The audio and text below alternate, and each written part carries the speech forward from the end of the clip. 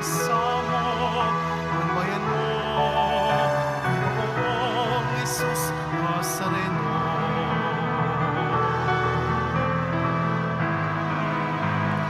Tayo ngayon ay magtipon at sumayin ang noon. Magdiwang tayo sa ating debosyon, purihin ng Panginoon. Viva po, Jesus Nazareno, awit at papuri, alay namin sa iyo. Tingin ang dalangin at pagsamo ng bayan mo, Panginoong Jesus Nazareno. Sa ngalan ng Ama at ng Anak at ng Espiritu Santo, Amen. ang pagpapala at kapayapaan mula sa Diyos na Ama natin at sa Panginoong Hesukristo naway sumainyo. At sumainyo rin. Mga kapatid, tinipon tayo bilang kaanib na angkan ng Diyos, kaya dumulog tayo sa maawaing Panginoong nagpapatawad ng lubos. Sinugong tagapagpagaling sa mga nagsisisi, Panginoon, kaawaan mo kami. Panginoon, kaawaan mo kami. Dumating na tagapag-anyayang mga makasalanan ay magsisi, Kristo, kaawaan mo kami. Kristo, kaawaan mo kami. Nakaluklok ka sa kanan ng Diyos Ama para ipamagitan kami. Panginoon, kaawaan mo kami.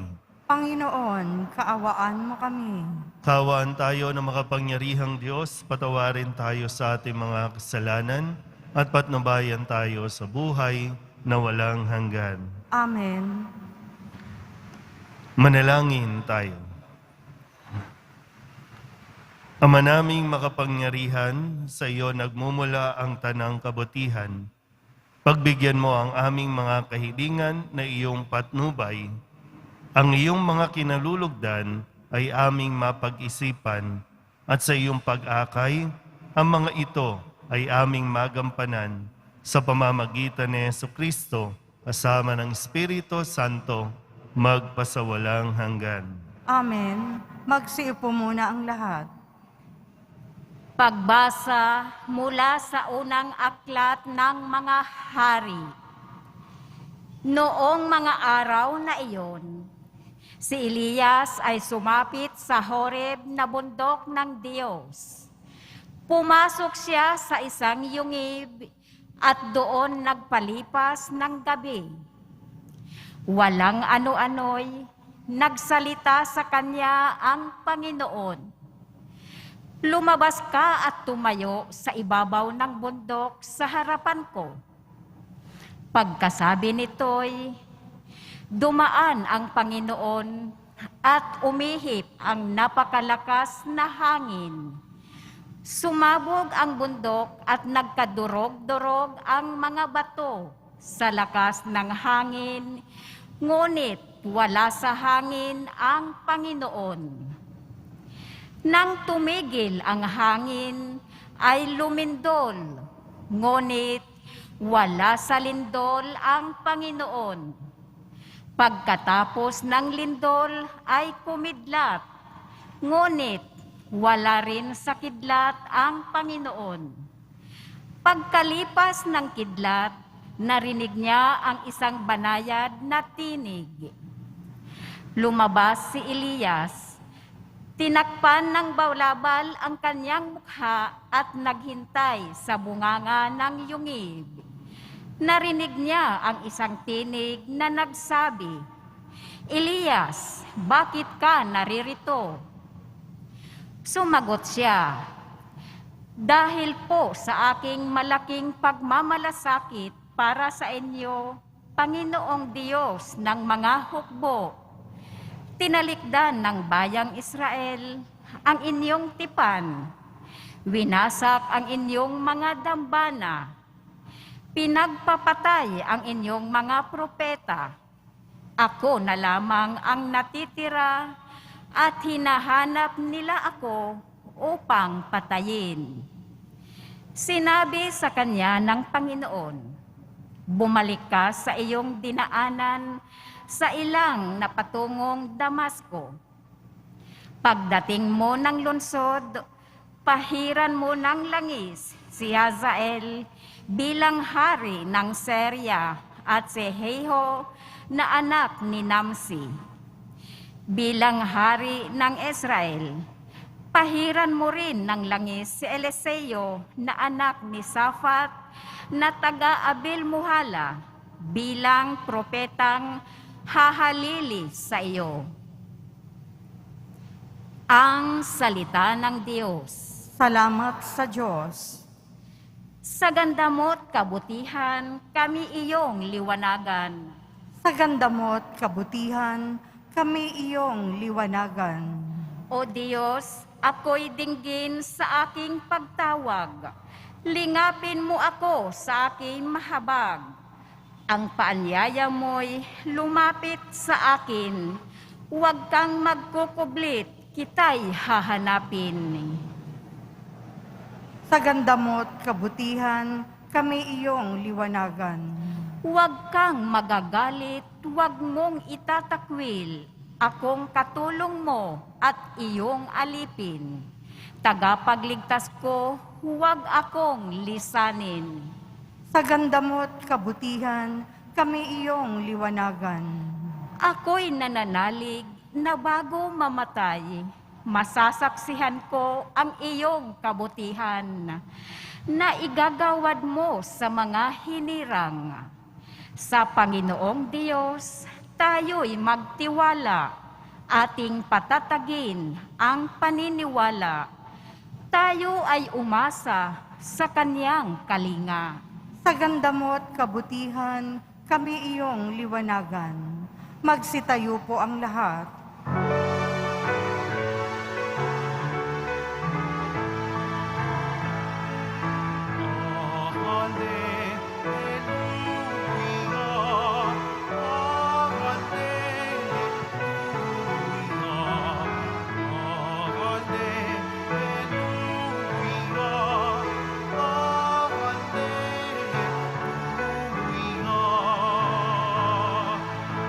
Sa daigdig ay laganap, liwanag na sumisikat, salitang buhay ng lahat. Hallelujah,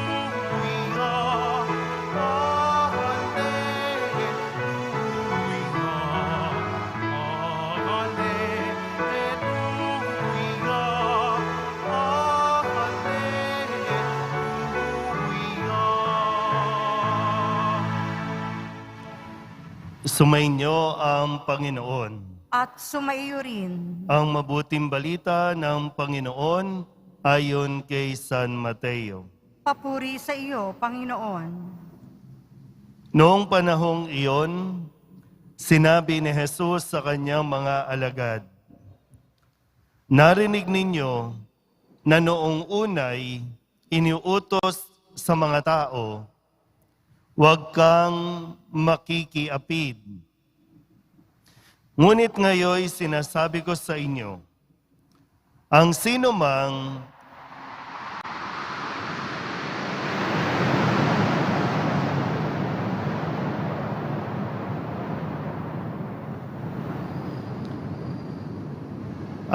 mang tumingin ng may mahalay na pagnanasa sa isang babae, sa isip niya'y nakiapid na siya sa babaeng iyon.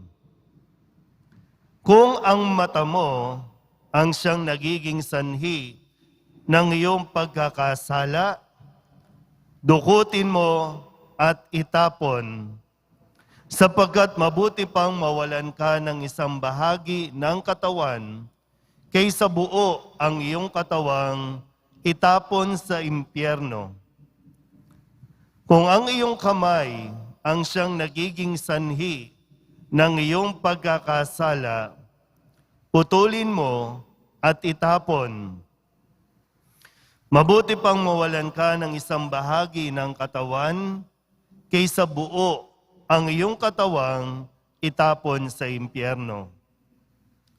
Sinabi rin naman, kapag pinahiwalay ng lalaki ang kanyang asawa, ito'y dapat niyang bigyan ng kasulatan ng paghihiwalay. Ngunit ngayon, sinasabi ko sa inyo, kapag pinahiwalay ng isang lalaki ang kanyang asawa, nang hindi naman ito nangangalunya at ito'y nag-asawang muli, ang lalaking ito'y nagkasala.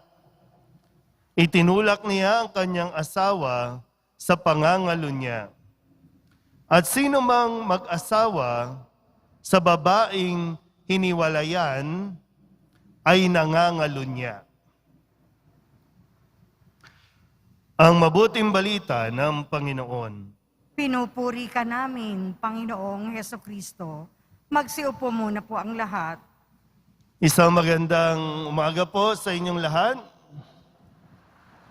Palapakan natin ang Pong Jesus Nazareno. Maligayang pagbabalik dito po sa dambana ng Pong Jesus Nazareno ngayong ikalawang Biyernes para sa buwan ng Hunyo. Tatanong ko lang po muna, malinaw po ba ang aking pagsasalita? Malinaw.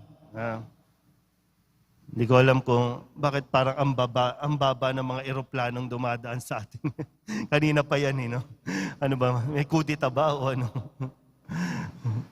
Sige. Kasi mahalaga itong pag-uusapan natin, ha? At real talk tayo ngayong umagang ito. Walang pakeme-keme, walang pa-cute-cute ngayon, ha? Tungkol sa usapin ng pangangalunya. Kung ikaw ay isang deboto, huwag mong ipagmamalaki na ikaw ay deboto, tapos sumasang-ayon ka sa mga panukalang kailangan magkaroon ng divorce. Hindi pwedeng deboto ka, tapos isa ka sa mga pumipirma, isa ka sa mga, nandyan sa mga rally, payagan na ang divorce sa Pilipinas. Hindi pwedeng yung personality natin dual. Pag Biyernes, Viva Nazareno. Pag hindi Biyernes, divorce, divorce. Malinaw po ang sinabi ni Jesus. Laging narinig nyo nung una. Pero ito ang sinasabi ko sa inyo. Bilang deboto, sa Kanya tayo dapat nakikinig. Sa Kanya tayo dapat sumusunod. Pumalakpak nga po yung mga may asawa dito. Sigurado ba kayo na mag-asawa kayo? Kasi yung mentality ng mga tao, sa ngayon, pag nagsasama na, feeling mag-asawa na. Pero feeling lang yon. Mag-asawa ba talaga kayo? Kasal ba kayo? Kung hindi kasal, hindi kayo mag-asawa. Malinaw po ba? Pwede namang itama yan, ha? Pwedeng itama. Dito sa simbahan ng Quiapo, lagi namin kayong ini-encourage. Magpakasal kayo kung talagang gusto nyong magsama at nagmamahalan kayo, magpakasal kayo. Libre ang kasal. Kasi ang dami sa inyo na problema at ang isa sa mga problemang yan ay yung pagsasama ninyo na kesyo, yung asawa mo, babaero, yung asawa mo, mabisyo, yung asawa mo, chismosa, yung asawa mo, walang trabaho.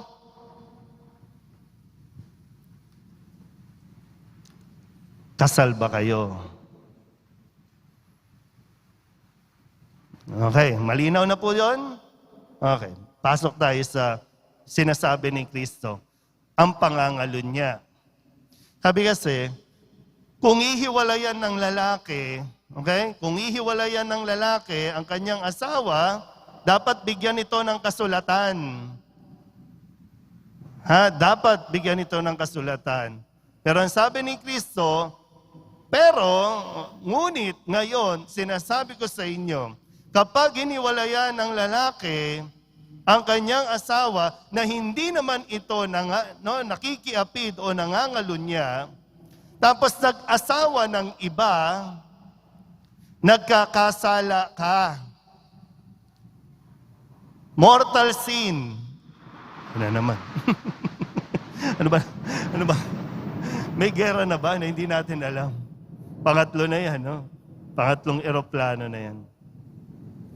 Baka sinasadya para hindi nyo maintindihan yung sinasabi, no? Gumagawa ng ingay. Pero hindi ko kayo tatantanan, ha? Malinaw po yung instruction, malinaw yung detalye, yung detalyadong sinabi ni Kristo. Kapag hiniwalayan mo, wala lang, trip ko lang, ayaw ko lang, nagsawa na ako eh. Gusto ko naman bagong putahe. Yan yung mga linyahan ng mga lalaki. Gusto ko naman bagong putahe. Ayaw ko na sa kanya kasi bungangera. Kasi hindi na naliligo, hindi na nag-aayos, nawala na yung init, nawala na yung passion. Dito naman ako sa iba. Nagkakasala ka. Okay, sinasabi ko po, no, lalo na, sinasabi mo, deboto ka ng Nazareno. Yan. Nagkakasala ka. Base sa ating napakinggan na ebanghelyo. At sabi po, siyempre, iniwan ng lalaki. So yung babae, kailangan mabuhay. Mapipilitang pumatol sa iba. Kasi wala nang suporta. Sabi po niya, sabi ni Jesus, lalaki, itinulak mo sa pagkakasala ang iyong asawa. At sino man ang pumatol sa hiniwalayan, nakikiapid din. Kasi nga, mag-asawa na sila. Sinasabi sa atin na itinatag ng Diyos, yan ay panghabang buhay. Hindi ka pwede mag-asawa hanggat buhay pa ang pinakasalan mo. Hintayin mo munang mamatayan.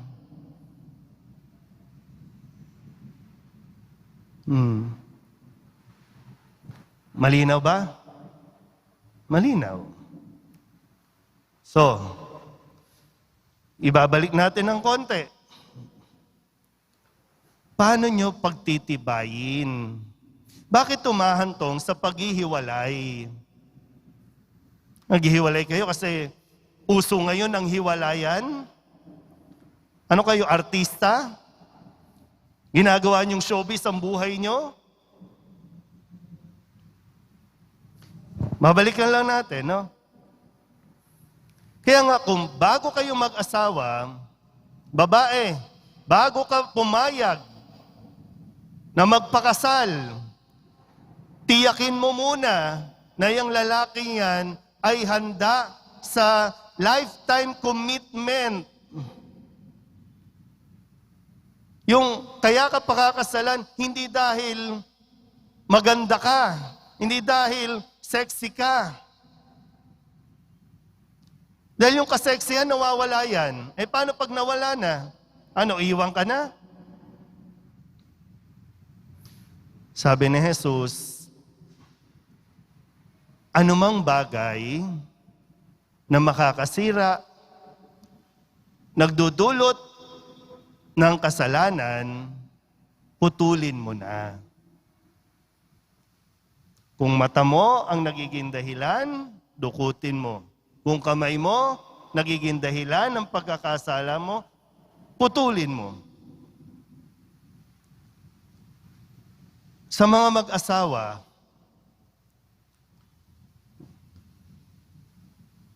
lalo na po, no? Kasi yung ritual natin, yung pagbibigay ng aras, yung sinasabi ng lalaki, ipinagkakatiwala ko sa iyo itong yung tanda ng aking pagpapahalaga sa iyo, yung aras. Na minsan questionable sa umpisa pa lang, kapag ang lalaki hindi handang mag-surrender ng kanyang ATM, ng kanyang sweldo, na dapat yung babae ang humahawak, umpisa pa lang may problema na kayo. Kaya yung mga lalaki natutukso, pag may hawak na pera, pag nasa kanya, pare, inom tayo, inom. Saan iinom? Sa club, sa cabaret. Sino nandun? Yung pwedeng tumanggap ng bayad. Kapag may pera ang lalaki, hawak niya ang kanyang pera, malaya siyang nakakagawa ng kung ano mang gustuhin niya na sisira sa inyong pagsasama. Kaya babae, sa umpisa pa lang, hindi ikaw yung bibigyan lang ng tingi-tingi. Dapat ikaw ang umahawak at nagbabudget. Kaya sa umpisa pinag-uusapan yan eh. Kung hindi kaya na, hindi, wala tayong pakialamanan. Pera ko, pera mo. Hindi pa kayo handa. Hindi kayo dapat mag-asawa. Hindi kayo dapat magpakasal. Ano yung mga nagiging sanhi ng paghihiwalay ngayon? Maganda kasi pag-usapan to eh. Exciting. Papunta na tayo sa exciting part. Saan nagsisimula? Mag-asawa na kayo, pero bakit lagi kang nakatutok dyan sa cellphone? Magkatabi na kayo sa higaan. Nako. Magkatabi na kayo sa higaan. Bakit cellphone ang kausap ninyo? Para bang bibitawan nyo lang ang cellphone, ang gadget, pag magtatalik kayo? Ano nangyari?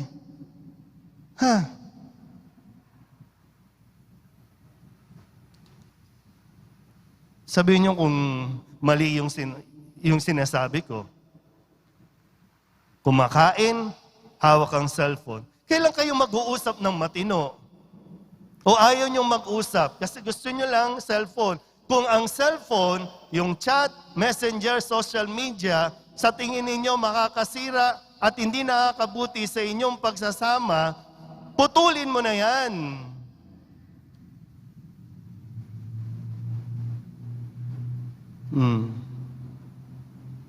Di ba parang ang babaw ng mga relasyon ngayon? Simpleng hindi pagkakaintindihan. Punta na tayo sa lawyer, mag-file tayo ng annulment.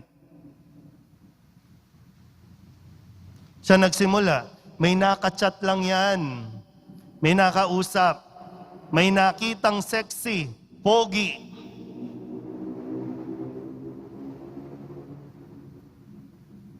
Tapos pupunta ka dito, hirap na po ako. Minsan naman habang, Lord, tulungan mo po ako, biglang, andali lang Lord.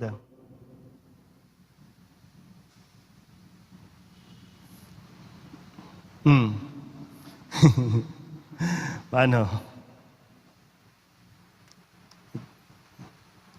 Imbis na pinagtitibay natin yung relasyon nyo bilang mag-asawa, pinababayaan ninyo. Kung ano-anong impluensya ang pumapasok na dyan sa relasyon mo, hindi ka pa aware. Pag natutulog, magkabilang side, hawak yung cellphone. Nakatulugan na lang.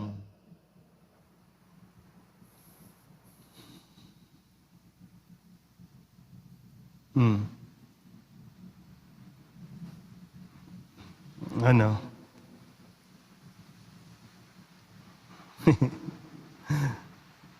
Tingnan natin, ha? Siyempre, lagi naman po, no? Laging mayroong pagkakataon na ibinibigay ang Diyos. Kaya nga nandyan lagi yung aral, yung gabay natin sa bawat pagdedesisyon ninyo. Ano ang sasabihin ng Poong Jesus Nazareno sa sitwasyon natin? Matutuwa ba siya kung itinutuloy natin itong mga maling gawain natin?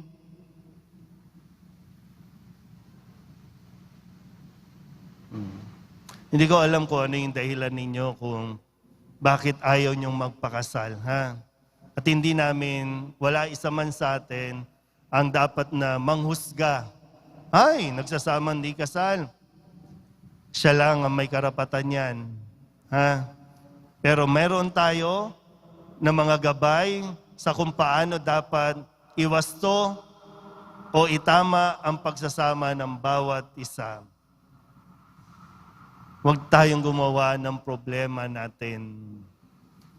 Baka wala pa yung problema na dapat sa atin, pero ito kung ano-anong ginagawa natin.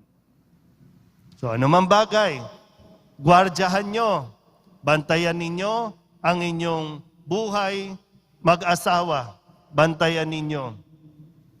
Maraming gustong sumira niyan, maraming gustong magnakaw niyan, maraming gustong manggulo niyan. Pero nasa inyong dalawa. Kasama nyo ang Diyos para kayo magtagumpay sa inyong misyon bilang may asawa. Amen?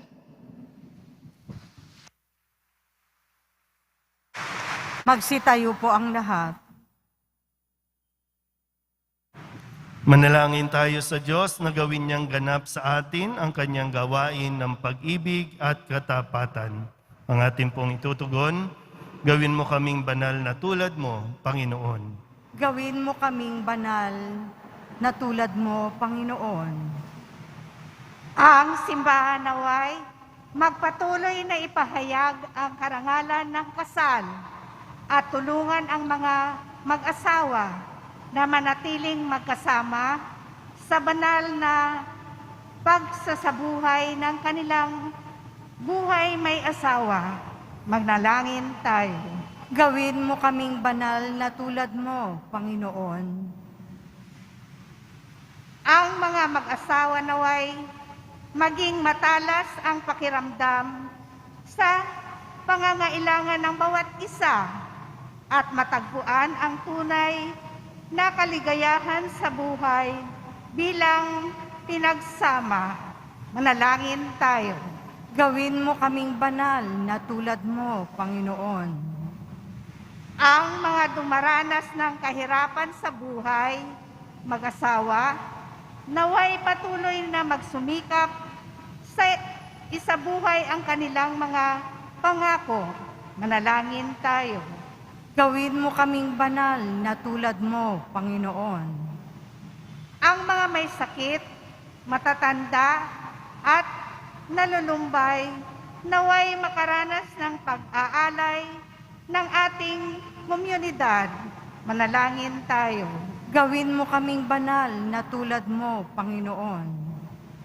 Ang mga pumanaw naway mabigyan ng puwang sa walang hanggang kaharian. Manalangin tayo. Gawin mo kaming banal na tulad mo, Panginoon. Idulog din natin sa Panginoon ang ating mga personal na kahilingan at mga panalangin para sa ating mga pamilya. Gawin din na lahat ng mga misang pasasalamat, espesyal na intensyon at mga kaluluwa na inihiling na ipagdasal sa misang ito.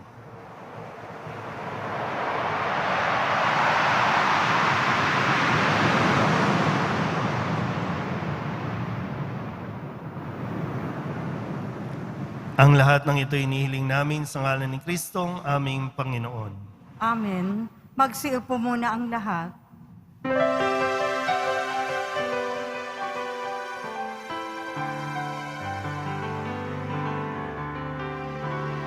Jesus Nazareno, alak at tinapay sa tanan ay nagbibigay buhay.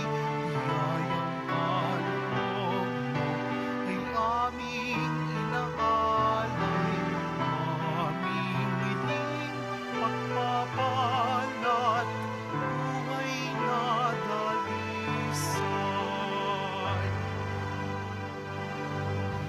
Magsitayo po ang lahat. Manalangin kayo mga kapatid upang paghahain natin ay kalugdan ng Diyos Amang makapangyarihan. Tanggapin nawa ng Panginoon itong paghahain sa iyong mga kamay, sa kapurihan niya at karangalan, sa ating kapakinabangan at sa buong sambayanan niyang banal. Ama naming lamikha, tunghayan mo at kalugdan ng paglilingkod na aming ginagampanan upang ang aming inihahain ay iyong marapatin at ang aming pag-ibig ay iyong pag-alabin. Sa pamamagitan ni Jesucristo, kasama ng Espiritu Santo, magpasawalang hanggan. Amen. Sumainyo ang Panginoon. At sumaiyo rin, Itaas sa Diyos ang inyong puso at diwa. itinaas na namin sa Panginoon. Pasalamatan natin ang Panginoong ating Diyos. Marapat na siya ay pasalamatan. Ama naming makapangyarihan, tunay ngang marapat na ikaw ay aming pasalamatan. Sa iyong paglingap at kagandahang loob, ang tao'y nilikha mo at pinangasiwa sa sansinukob. Sa hangad mong siya'y iwastong lubos, siya'y pinagdusa mo sa kanyang pagtalikod. Sa iyong paghiliw, iyong ipinahintulot na makabalik siya sa pamamagitan ni Kristo Jesus. Kaya kaysa ng mga anghel na nagsisiawit ng papuri sa iyo nang walang humpay sa kalangitan, kami nagbubunyi sa iyong kadakilaan.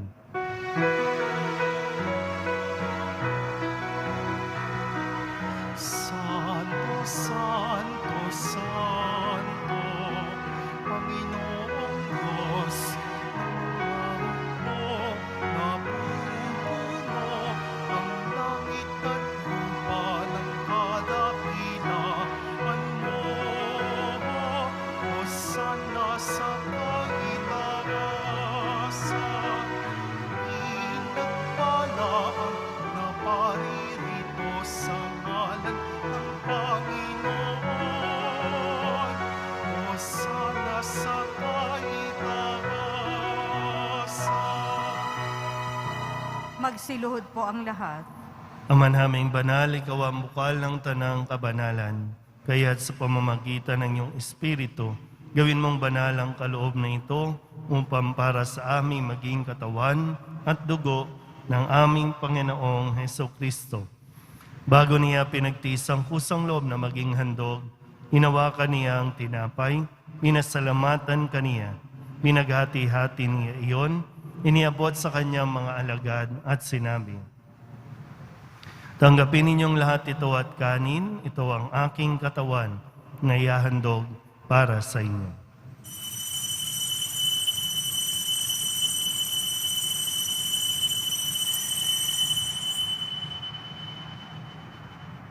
Gayun din naman nung matapos ang hapunan, hinawakan niya ang kalis, muli kaniyang pinasalamatan. Iniabot niya ang kalis sa kanyang mga alagad at sinabi, "Tanggapin ninyong lahat ito at inumin. Ito ang kalis ng aking dugo, ng bago at walang hanggang tipan. Ang aking dugo na ibubuhos para sa inyo at para sa lahat, sa pagpapatawad ng mga kasalanan. Gawin ninyo ito sa pag-alaala sa akin."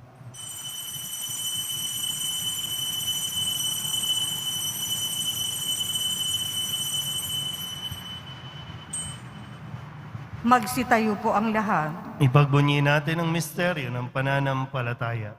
Si Kristo'y namatay, si Kristo'y nabuhay, si Kristo'y babalik sa wakas ng panahon. Ama, ginagawa namin ngayon ang pag-alaala sa pagkamatay at muling pagkabuhay ng iyong anak, kaya tiniaalay namin sa iyo ang tinapay na nagbibigay buhay at ang kalis na nagkakaloob ng kaligtasan. Kami napapasalamat dahil kami iyong minarapat na tumayo sa harap mo para maglingkod sa iyo. Isinasamo namin kami magsasalo-salo sa katawan at dugo ni Kristo ay mabuklod sa pagkakaisa sa pamamagitan ng Espiritu Santo. Ama, lingapin mo ang iyong simbahang laganap sa buong daigdig. Puspusin mo kami sa pag-ibig, kaysa ni Francisco na aming Papa at ni Jose na aming Obispo at ng Tanang Kaparian.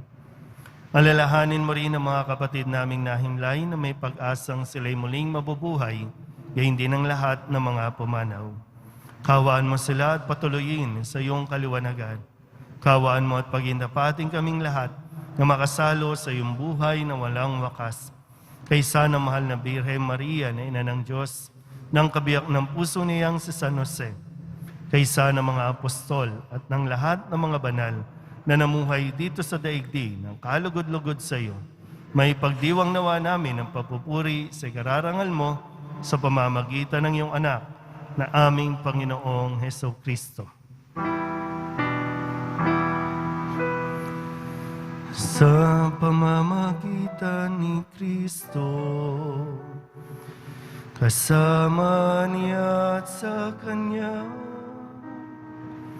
ang lahat ng parangal at papuri ay sa iyo, Diyos Ama, makapangyarihan, kasama ng Espiritu Santo, magpasawalang hanggan.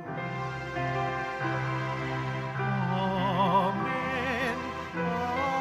Amen.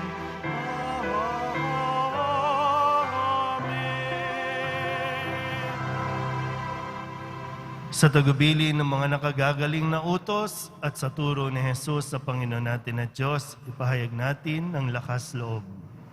Ama namin, Sumasalangit ka, sambahin ang ngalan mo, mapasa amin ang kaharian mo, sundin ang loob mo dito sa lupa para nang sa langit.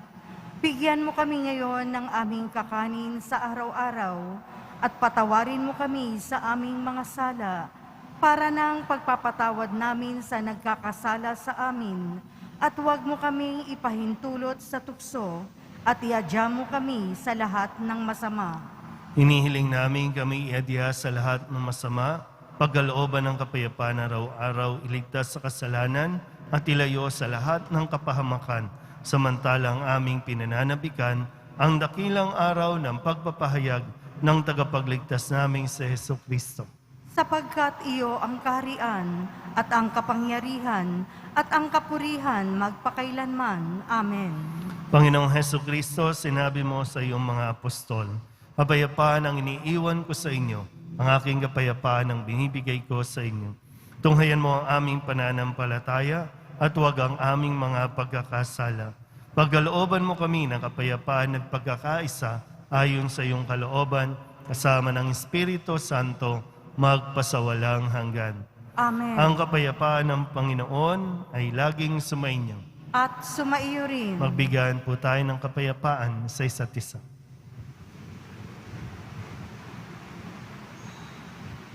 Kordero ng Diyos na nag-aalis ng mga kasalanan ng sanlibutan, maawa ka sa amin. Kordero ng Diyos na nag-aalis ng kasalanan ng sanlibutan, maawa ka sa amin. Kordero ng Diyos na nag-aalis ng mga kasalanan ng sanlibutan, ipagkaloob mo sa amin ang kapayapaan. Magsiluhod po ang lahat.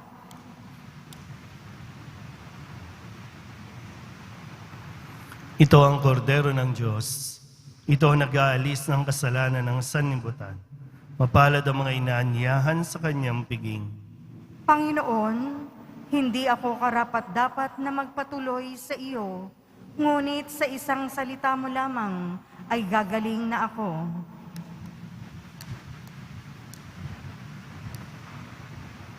Katawan ni Kristo, Amen.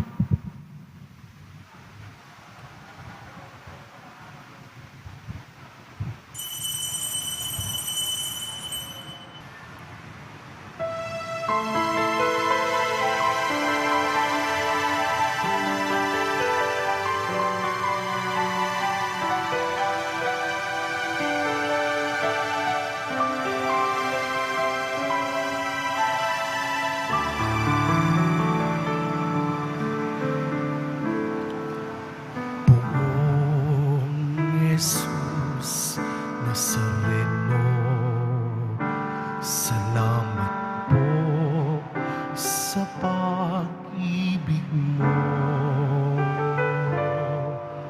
Ang buhay mo'y inialay, sa krus ay namatay, upang kami ay mabuhay.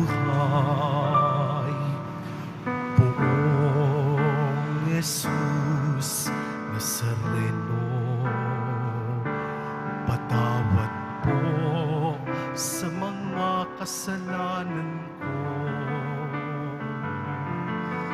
Ang buhay ko'y iaalay, ang lahat ay bibigay. Puso ko sa'yo lamang habang buhay. Poong Jesus Nazareno, kay buti mo sa hirap at usay kay kasama ko. Ang samot dasal sana'y pakinggan mo nang mapawi ng mga paghihirap ko. Buong Jesus Nazareno, salamat po. Ang iyong pagmamahal ay nadarama ko. Ngayon at magpakailanman, ika'y pupurihin ko. Mahal na poong Jesus Nazareno.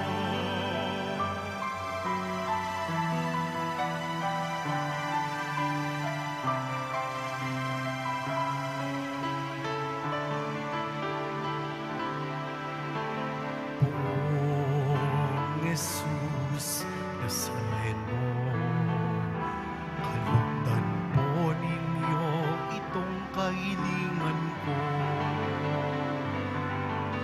Mabuhay ng mapayapa, ilayo sa lahat ng masama.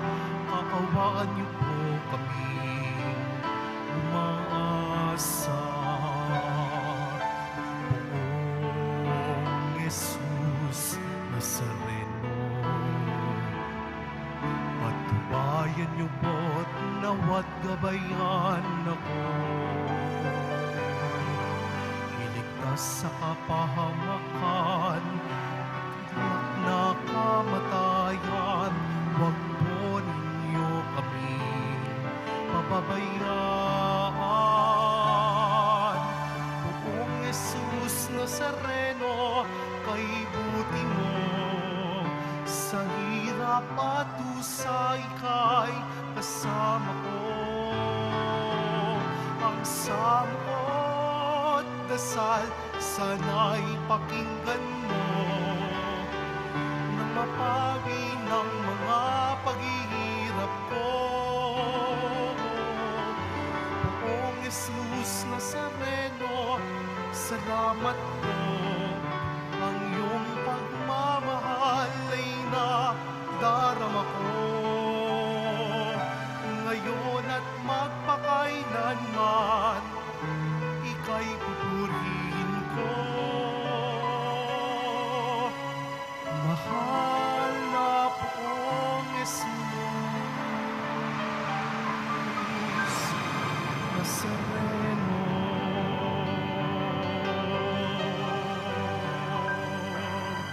Magsitayo po ang lahat. Manalangin tayo. Ama naming mapagmahal, ang pagganap sa iyong pagbibigay kagalingan ay pumawi nawa sa aming mga nagawang pagsuway, ay magdulot nawa ng iyong mga kinalulugdan sa pamamagitan ni Jesucristo kasama ng Espiritu Santo magpasawalang hanggan. Amen. Muli po sa mga nagsasama na hindi pa kasal, maghiwalay na po kayo, ha? Hanggat may pagkakataon pa. Huwag nyo nang dagdagan ang anak ninyo kung hindi kayo kayang pakasalan yan. Okay? Sa mga nagbabalak mag-asawa, pag-usapan muna ninyo ng mabuti. Pagnilayan ng mabuti. Sa mga nagsasama na medyo may edad na, malapit na kayong kunin ni Lord, kailan pa kayo magpapakasal? Huwag na natin hintayin kung kailan naghihingalo, doon nyo gustong magpakasal. Wala, hindi na nakakapagsalita. So kahit matanda na po, welcome po kayo dito sa altar na maitama At least sa huling pagkakataon, may tama ang inyong pagsasama ayon sa kagustuhan ng Poong Nazareno. Libre po ang kasal dito sa Quiapo. Huwag na po kayong mahiya. Huwag na kayong maggagagawn dyan. Yung mga magarbong kasal, ingrande din ang hiwalayan. Kaya simplihan nyo lang, ha? Isihan nyo lang. Ang importante, kunin at tingin ninyo ang pagbabasbas para sa pagsasama ninyo, hindi humantong sa pangangalunya, pakikiapin, o hiwalayan. Sumainyo ang Panginoon. At sumainyo rin. Manalangin tayo para sa pagbabasbas. Mahal na pong Jesus Nazareno, inihayag mo sa pamamagitan ng krus ang walang maliw na pag-ibig ng Diyos sa sangkatauhan. Pakinggan mo ang kahilingan ng iyong angkan na nagsusumamo sa iyo. Makamtanawa nila ang iyong katugunan at tanggapin ang kasagutan na may utang na loob na tinatanaw. Basbasan din po ninyo mga dala-dala nilang mga imahin at dasalan. Sa pamamagitan ng bendisyon na ito, naway maalala nila ang mga pangako nila noon sa binyag na ikaw ang kanilang iibigin at paglilingkuran bilang Panginoon magpasawalang hanggan. Amen. At pagpalain kayo ng makapangyarihang Diyos, Ama at Anak at Espiritu Santo. Amen. Umayo kayong taglay ang kapayapaan ng Poong Jesus Nazareno. Salamat sa Diyos. Magandang araw po.